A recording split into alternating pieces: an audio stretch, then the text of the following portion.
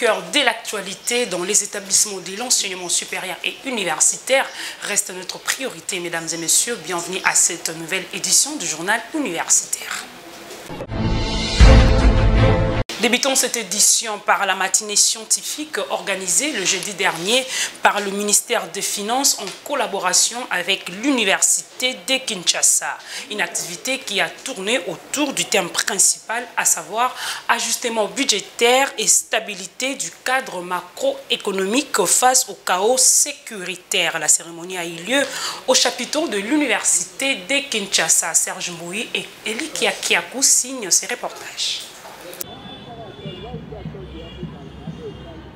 Cette matinée scientifique portant sur l'ajustement budgétaire et stabilité du cadre macroéconomique face au choc sécurité a été organisée à l'initiative du ministre des Finances, Doudou Fouamba Lukende, en collaboration avec les comités de gestion de l'université de Kinshasa, dirigé par le professeur Jean-Marie Kayembetumba. Après les mots de bienvenue du doyen de la faculté des sciences économiques, le recteur de l'UNIKIN a situé l'enjeu de cette rencontre académique.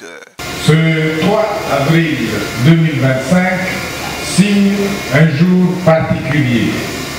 Et la particularité a d'ailleurs été marquée par la fine pluie ce matin qui n'a été là que pour rafraîchir un tant soit peu nos esprits avant l'écoute de cette grand-messe qui va être dite par son Excellence Monsieur le ministre des Finances. Lorsque j'ai échangé avec lui, avec toute humilité, il m'a dit qu'il était heureux de parler à l'université, parce que c'est d'elle que le pays tout entier attend des solutions, éventuellement uniques solutions, des solutions aux nombreux problèmes qu'affronte en ce moment notre pays injustement agressé, nous le savons tous. Ensuite, le ministre des Finances a développé les thèmes centraux de la matinée. En 2024, nous avons fait des choix stratégiques d'investir en choisissant le secteur porteur de croissance économique. Nous nous sommes interdits de construire des maisons, nous nous sommes interdits d'acheter des véhicules pour les membres du gouvernement. Les véhicules que nous utilisons sont les mêmes que vos prédécesseurs utilisent. Nous avons retardé un certain nombre d'investissements non productifs et nous avons choisi une catégorie d'investissement qui peut impulser la dynamique d'une croissance économique endogène, entretenir un cycle de prospérité devant aider à sortir nos populations de la situation de précarité dans laquelle ils se retrouvent depuis des décennies. Donc, l'objectif n'est pas de résoudre les problèmes comme avec une baguette magique, mais de poser les bases d'une économie durable, prospère, pro-pauvre, endogène. Avant cette allocution, une série d'échanges scientifiques a permis aux participants d'approfondir leurs réflexions à travers une série de questions-réponses, mettant en lumière les enjeux de la stabilité macroéconomique dans un contexte de crise sécuritaire. L'événement s'est achevé dans une ambiance studieuse et conviviale.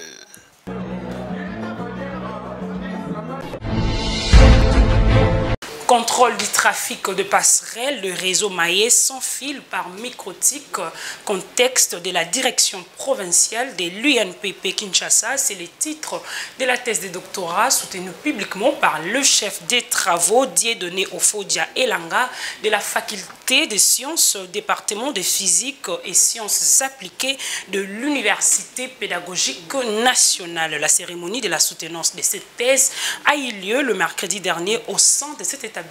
Georges Dilumbi et Christian Chipamba pour le détail.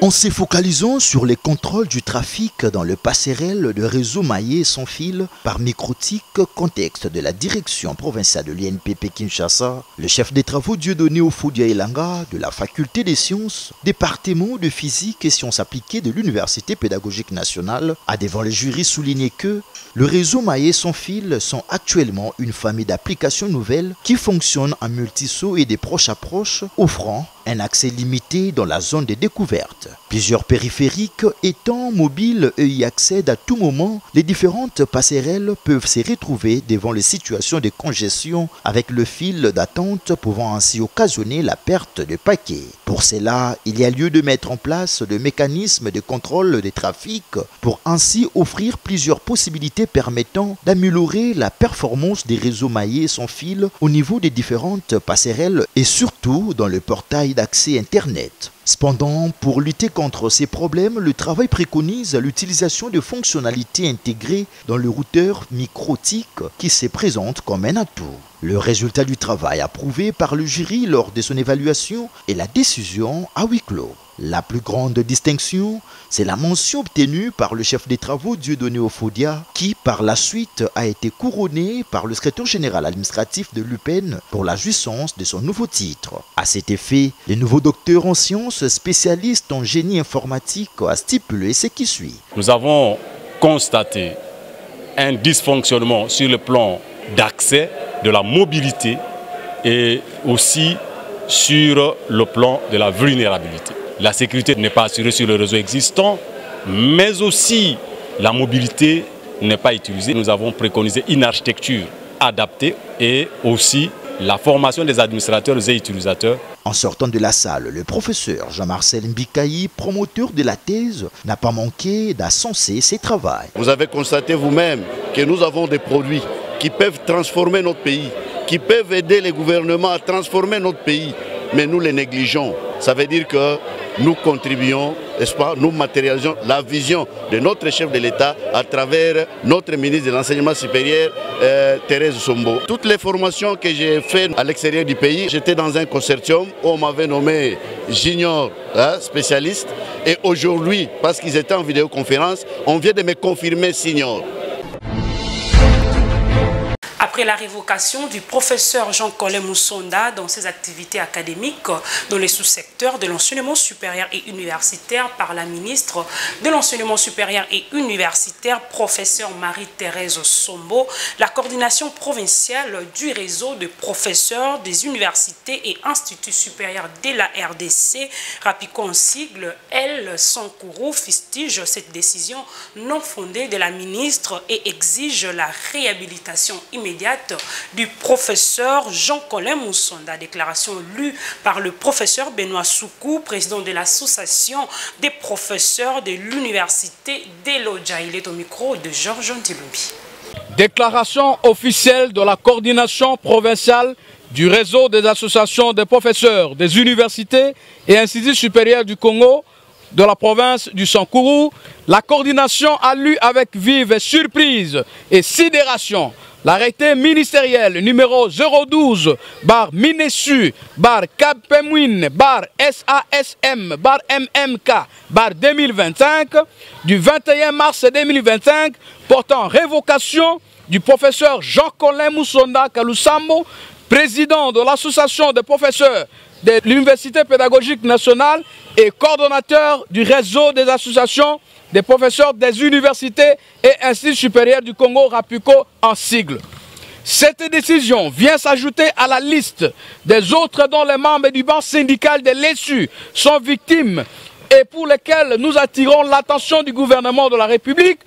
Le professeur Moussonda n'a commis aucun crime odieux prévu et réprimé par les textes qui régissent l'enseignement supérieur et universitaire en République démocratique du Congo, devant conduire à sa révocation par un arrêté illégal, inopportun et irrationnel. Cependant, il en fait que réclamer par sa lettre du 17 juin 2021 auprès du Conseil d'administration des universités du Congo l'application des effets rétroactifs s'agissant de 3 années d'ancienneté, soit 2019, 2020 et 2021, non prises en compte lors de la prise de l'arrêté ministériel de 2021, les nommant comme professeurs associés. Fustigeons énergiquement l'acte de révocation du professeur Jean-Colin Moussonda, car en ces moments où le pays a besoin de l'unité, la cohésion nationale, cet arrêté doit tout simplement être annulé car il est un obstacle à la vision du chef de l'État, il constitue une honte et l'ensemble du monde entier nous regarde en tant que communauté savante et en tant que grande sommité scientifique de ce pays. Nous considérons que les urgences qui devront être une priorité pour Madame la ministre de l'Enseignement supérieur et universitaire, ce sont des réformes tant souhaitées par le président de la République, notamment la nomination d'un nouveau comité de gestion à l'université de Lodja, qui se trouve actuellement géré seulement par le recteur seul.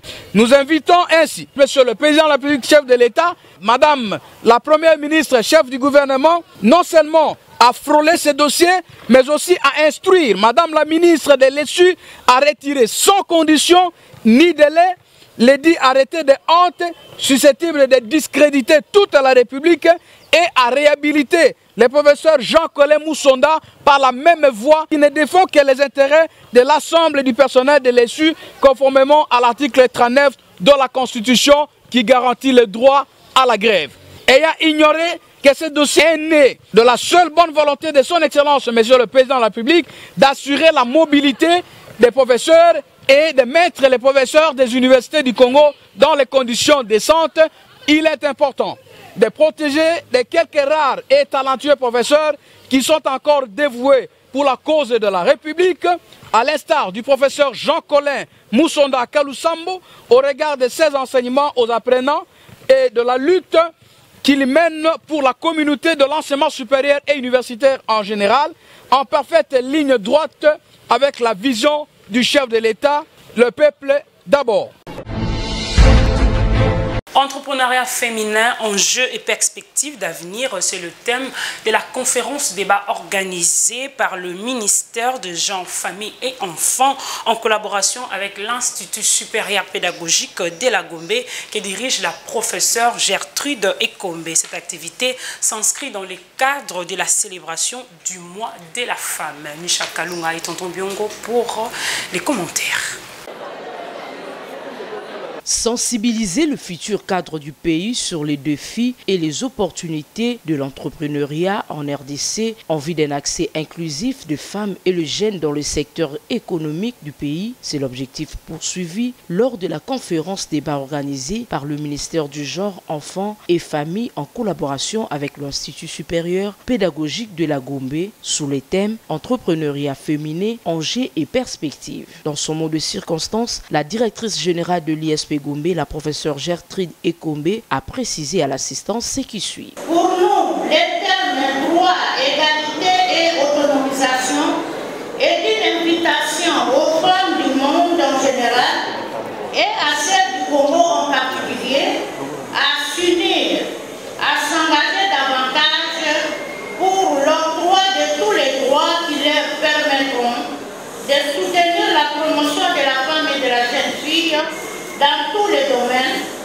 de soutenir et de promouvoir le développement et celui de son pays, de défendre l'unité et l'intégrité de son territoire national. Après les allocutions du directeur de cabinet du ministre de l'Enseignement supérieur et universitaire, suivi du secrétaire général du ministère de Genre, Famille et Enfants, 2 panels étaient au menu de cette conférence avec plusieurs sous-thèmes à développer par les intervenants, à savoir la formulation des activités économiques et fiscalité en RDC, financement de l'entrepreneuriat féminin, accès et stratégie des obstacles à l'entrepreneuriat, défis socio-culturels et économiques, la place de la femme dans l'entrepreneuriat numérique et technologique, leadership féminin et développement des compétences entrepreneuriat et la place du planning familial dans l'entrepreneuriat. Ces sujets enrichissants ont poussé à l'assistance à échanger avec les intervenants pour éclairer quelques zones d'ombre. Il faut signaler qu'au cours de cette activité scientifique, quelques recommandations ont été formulées par la conseillère du ministre de Genre, Famille et Enfants pour marquer la clôture de ces assises à la satisfaction de tous. Parlons de la clôture du mois de mars dédié aux droits de la femme à Leadership Academy University, où la deuxième édition de Leadership Ladies Day a eu lieu avec succès au sein de cet alma mater. Valongolou, témoin de notre rédaction. Ensemble vers le sommet, inspirer et propulser le leadership féminin, c'est les thèmes retenus pour la cérémonie organisée à Leadership Academy University qui dirige le professeur Dr Daniel Kawata Aji pour clôturer le mois de mars dédié aux droits de la femme, dénommé Leadership Days, deuxième édition. De prime abord, le recteur de cet alma mater a souhaité la bienvenue à tous les participants. Nous estimons que la femme a une place importante dans l'éducation. Elle représente l'un des plus puissants leviers de développement humain et économique. Selon les données de l'UNESCO, chaque année supplémentaire d'éducation pour les filles augmente leur revenu futur de 10 à 20%, réduit la mortalité infantile de 5 à 10% et diminue le risque de mariage précoce. Au-delà de ces statistiques impressionnantes, l'éducation féminine génère un effet multiplicateur qui bénéficie aux familles, aux communautés et aux nations entières, créant un cercle vertueux d'émancipation et de progrès social. Puis, des panels ont caractérisé cette conférence axée sur diverses thématiques. Tour à tour, des femmes professionnelles ont encouragé ces étudiantes à prendre des risques et d'oser dans la vie pour atteindre les sommets au travers leur parcours. C'est le cas de la professeure Dédé Alianko Marachto, secrétaire générale académique de Leadership Academy University, qui a partagé son expérience peinte de détermination ambitieuse pour atteindre son statut actuel de professeur d'université.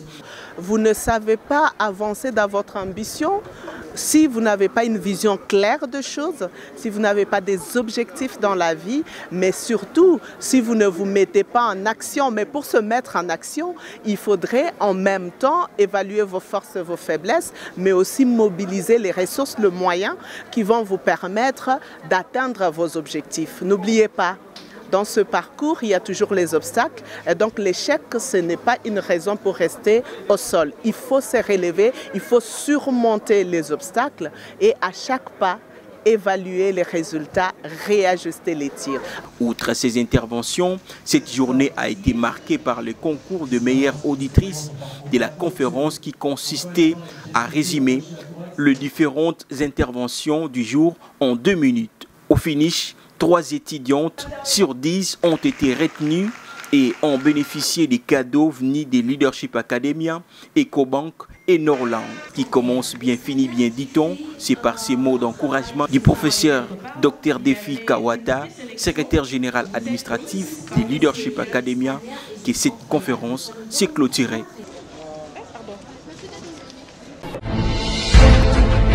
Le cadastre minier et le développement durable, c'est le thème retenu par la coordination estudiantine de Leadership Academy University en organisant la conférence sur la mobilisation de la jeunesse pour un leadership éthique. C'était ce vendredi au sein de cette université subée.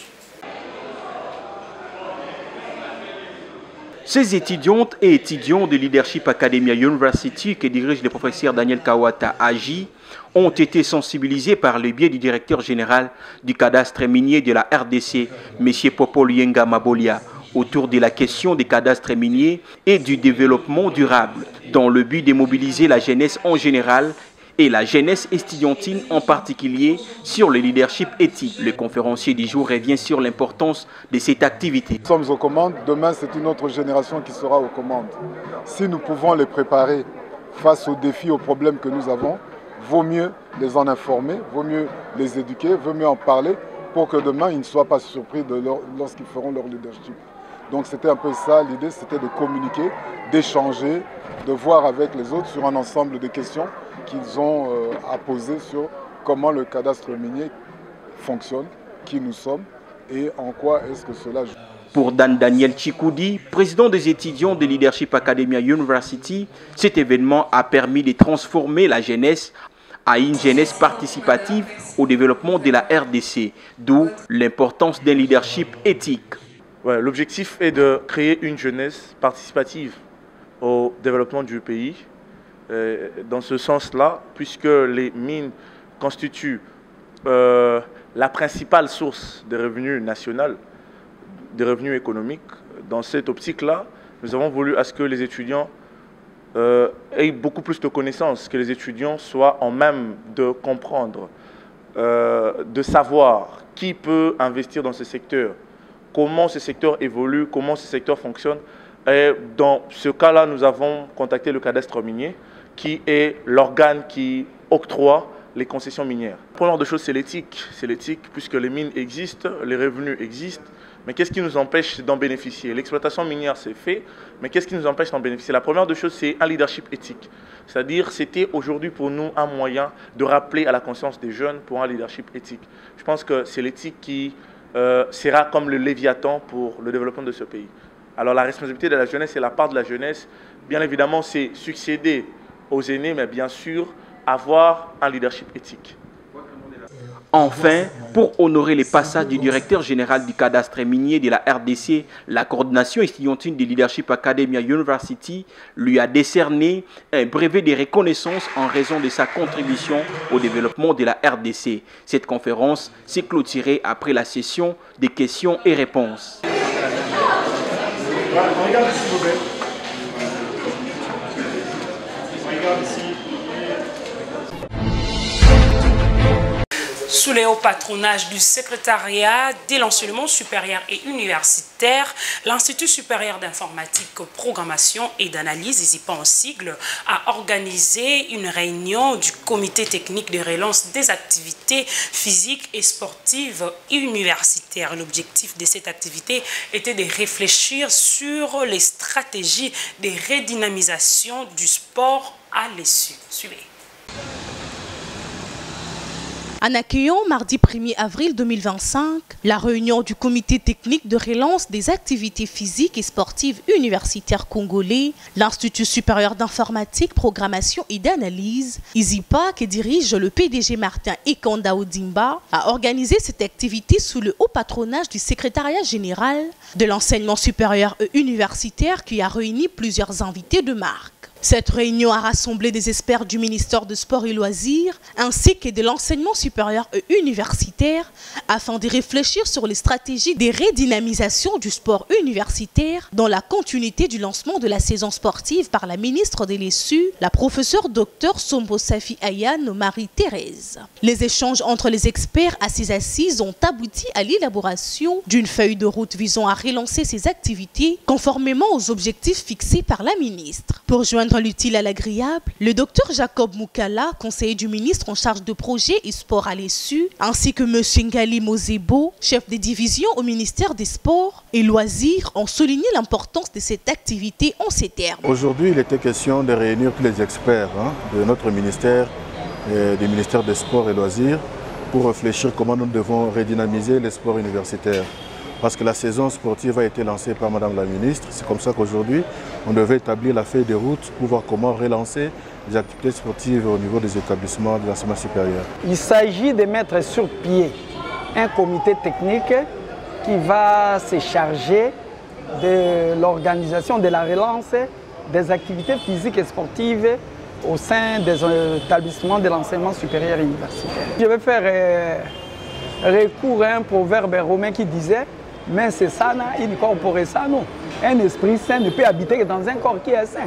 Un étudiant qui est malade ne peut pas étudier, il sera bloqué. Donc vous voyez les activités physiques et sportives, ce sont des activités qui peuvent aider les étudiants à bien se comporter vis-à-vis de leurs études et faire aussi des prouesses sur le plan national et international. Il convient de noter que, pour assurer la réussite de cette relance, plusieurs sous-commissions ont été créées, notamment la sous-commission technique, médicale, budgétaire, infrastructure, équipement et communication. La réunion s'est conclue dans un climat de satisfaction générale.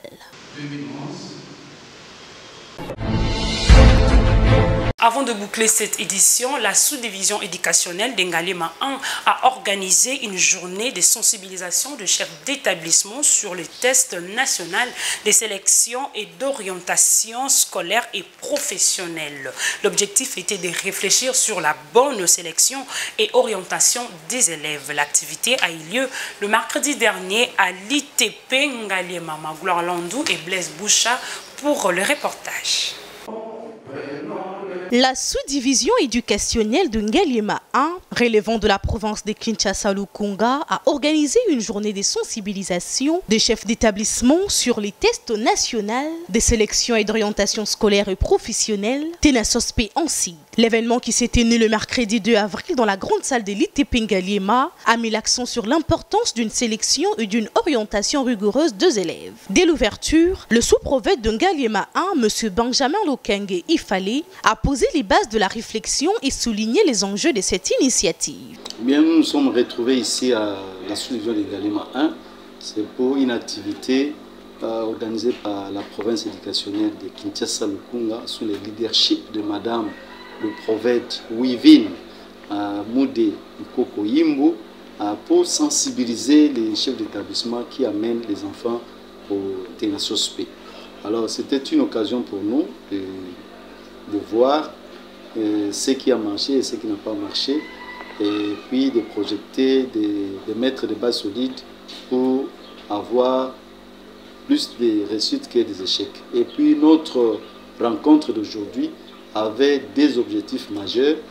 Il y a un, sensibiliser les chefs d'établissement sur l'organisation des TENASOSP 2025 et marteler sur le bien fondé d'une bonne sélection et orientation, tout en gardant l'esprit et la lettre de l'arrêté ministériel qui institue le TENASOSP comme une évaluation certificative dans notre système éducatif. Plusieurs interventions ont marqué cette journée, notamment Lance Paul Mukendi qui a rappelé les objectifs du TENASOSP selon l'arrêté ministériel en insistant sur le respect du programme national pour les classes de 8e et la vérification rigoureuse de dossiers des élèves avant l'inscription. Suivi du conseiller Rabi Chitende qui a présenté les tests psychotechniques, leur utilité dans l'évaluation des intérêts et aptitudes des élèves ainsi que le principe de profilage et d'orientation. Enfin, Charlie Mouzadi a partagé les constats issus de 3 dernières éditions du TENASOSP,